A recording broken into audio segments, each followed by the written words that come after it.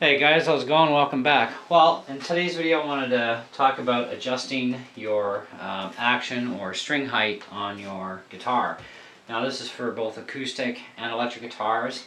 A lot of manufacturers commonly will put the adjuster down in through the sound hole on acoustics. On electrics, you'll find them up at the headstock up in here, and you'll see a little cover plate. Some guitars may not even have a cover plate, it's just exposed and open, so no big deal. One end of the neck or the other, you will have a spot where you can adjust the neck height or string height on your guitar. Now the reason for doing this is you need to have the strings as low as possible but without buzzing your frets, and because it makes it a lot easier to play the lower they are. Also a lot easier for string bending, etc. Even doing chords, period. The closer your strings are, the better it's going to be for you overall. So now my J Tercer here that I recently just got, the strings were set actually just perfect for me. And one of the ways you can test your string height to see where it's really sitting at is to hold your finger down here on the 12th fret and then up at the top, and then take a look at the middle section. You do need just the slightest of a bow. You know, you don't want the neck to reverse bow, because then you're going to be you're overstressing the neck, you're overstressing the torsion rod inside. You're definitely going to get a lot of string buzzing, so that usually happens when you've set them down way too low. So there is a forgivable height, and then there's the non-forgivable, and so you still want to have just that slightest of a bow in the neck coming upward, okay, from your bottom to your top end. But you want to have your strings sitting, like I said, as low as possible. Now even though you push down here and here and they sit pretty low, you know, when you let go, maybe it's sitting up really high. So that's another thing where you've got to, you know, try and make that adjustment a little bit closer.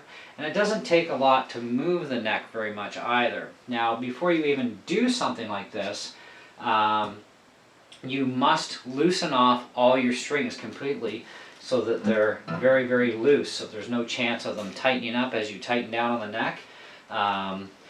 If you try doing this without loosening the strings off, you could break the strings, you could damage things. So loosen off all 6 strings, or 12 on a 12-string guitar, etc. Same as your bass that has 4, 5, 6 string, whatever it is.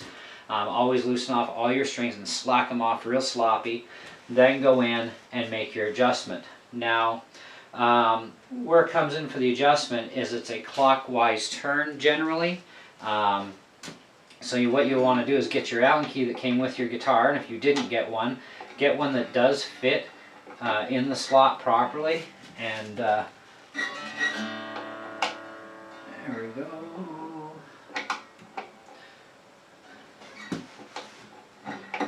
There we go. So that fits in. Now if you pull back toward you, okay, in this case, or pushing down, counterclockwise, it's going to allow the neck to come up higher. So the goal here is to go down lower. Now if your neck is already way too low, well then you're going to have to loosen off the truss rod little bits at a time and bring it up gently. Okay, so but your key will go in here on a bottomer, and on the top end ones they go up in here. So now once you've made that adjustment, usually I would go about a half turn, you know, to a 3/4 turn. Try that first, and then retune your guitar, let it sit for a minute, and then check your tune, retune again if necessary, which it may be, and because it has to seat itself. Okay, so even though you've made an adjustment to the neck, now once you bring that tension back up, it has to do the rest of the pull up and then seat itself in, and then it'll keep tune.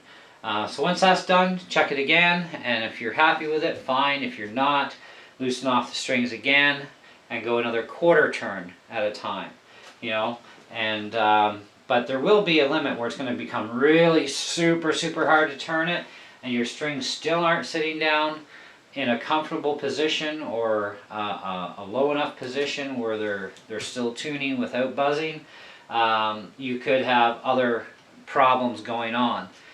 So that could be related to your bridge, may need to be filed down lower, and or maybe your nut needs to be adjusted down slightly lower to compensate.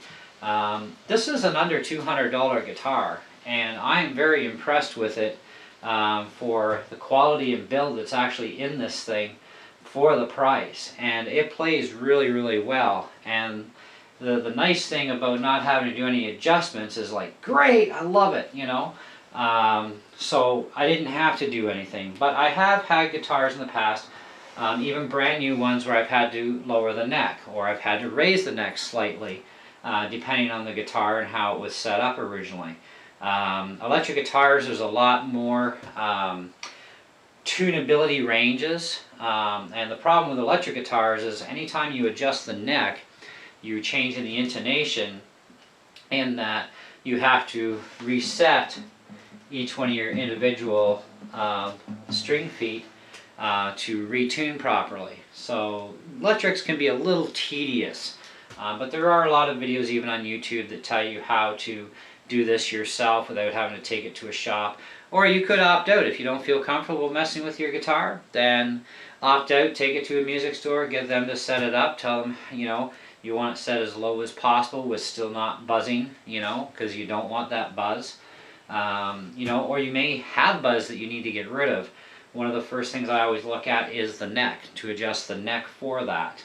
Now, I've had guitars too that I've even worked on, that there was no way, no matter how tight that rod went, it still wouldn't lower the neck enough to even be comfortable for playing. You know, and of course that would then lead into having to file down the saddle first, okay, or bridge, whichever you prefer to call it. This is actually your main bridge block. This is your saddle here where your strings sit. And that's filed from the underside, not the top side. So you got to actually remove the saddle and then very carefully and evenly sand it down and lower it a bit, you know. And that's another thing that's tedious. It's a little bit at a time, right? Because you don't want to go too far, because then you're going to have to put a new saddle in. But I thought I'd just, you know, do a little video here just explaining some of the basics here about how to set up your guitar. I know a lot of people buy cheap guitars too from places like Sears, or, you know, it could be anywhere, even a pawn shop, you know. You can usually get good deals on guitars at pawn shops a lot of times on used guitars. You don't know what you're getting until you really dig into it. So it really helps to have some good knowledge base even before you go out and look at a guitar, to say, okay, I know what I'm looking at, I know what I got to look for before I buy this thing, blah blah blah, right? And then this way, when you're checking out even used guitars that you might be interested in buying, you'll be able to know right away about the neck. What do I need to look at on the neck? Well, your heights, etc. Another thing you want to check is your distance across here. Used guitars, especially older ones, the neck can actually shift from one side to the other, and if it's shifted, walk away. You know, there's no fixing that. So, and even electric guitars, the bodies on solid body electric guitars, that's not a movable body, but the neck can still shift to one side or the other, and if it has, then what's the point? It's a garbage guitar, you know. There's no sense buying something that is, you know, just useless. You'd have to replace the neck, and necks aren't always cheap, right? You know, so that's another thing to look into as well and to know about, so that you don't get stung when you're going out and buying a used guitar.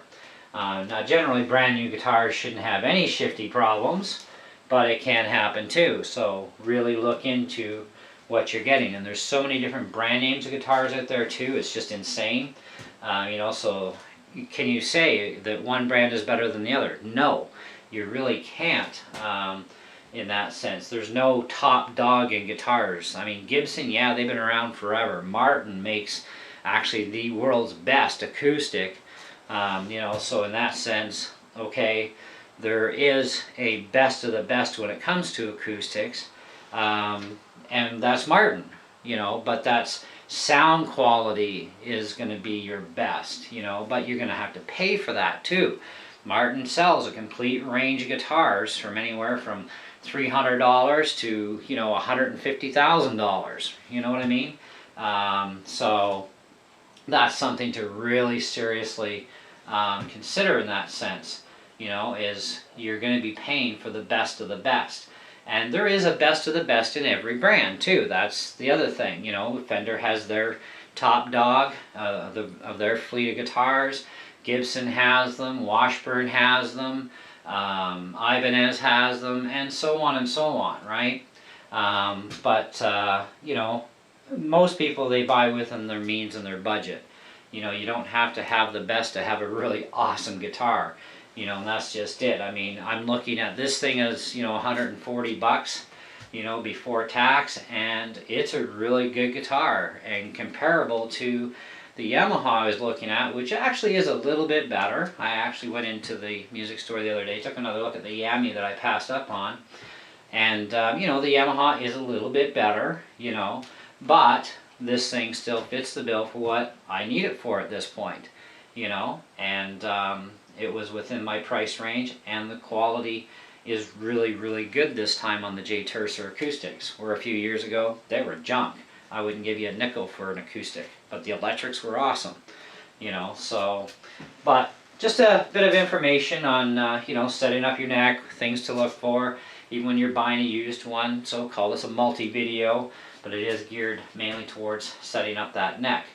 So just as a little quick recap here, before making any adjustments to your neck, loosen off your strings all the way so that they're really loose, okay?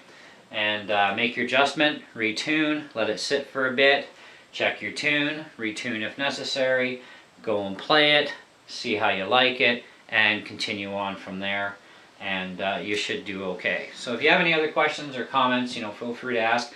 FYI, you don't have to mess with the intonation on an acoustic, okay? Not any acoustic that's set up standard, set up like this one, okay? You would not have to mess with anything when you make that neck adjustment. You're benefiting here, not going backwards, you know, so. But anyway, thanks again, and we'll catch you on the next video.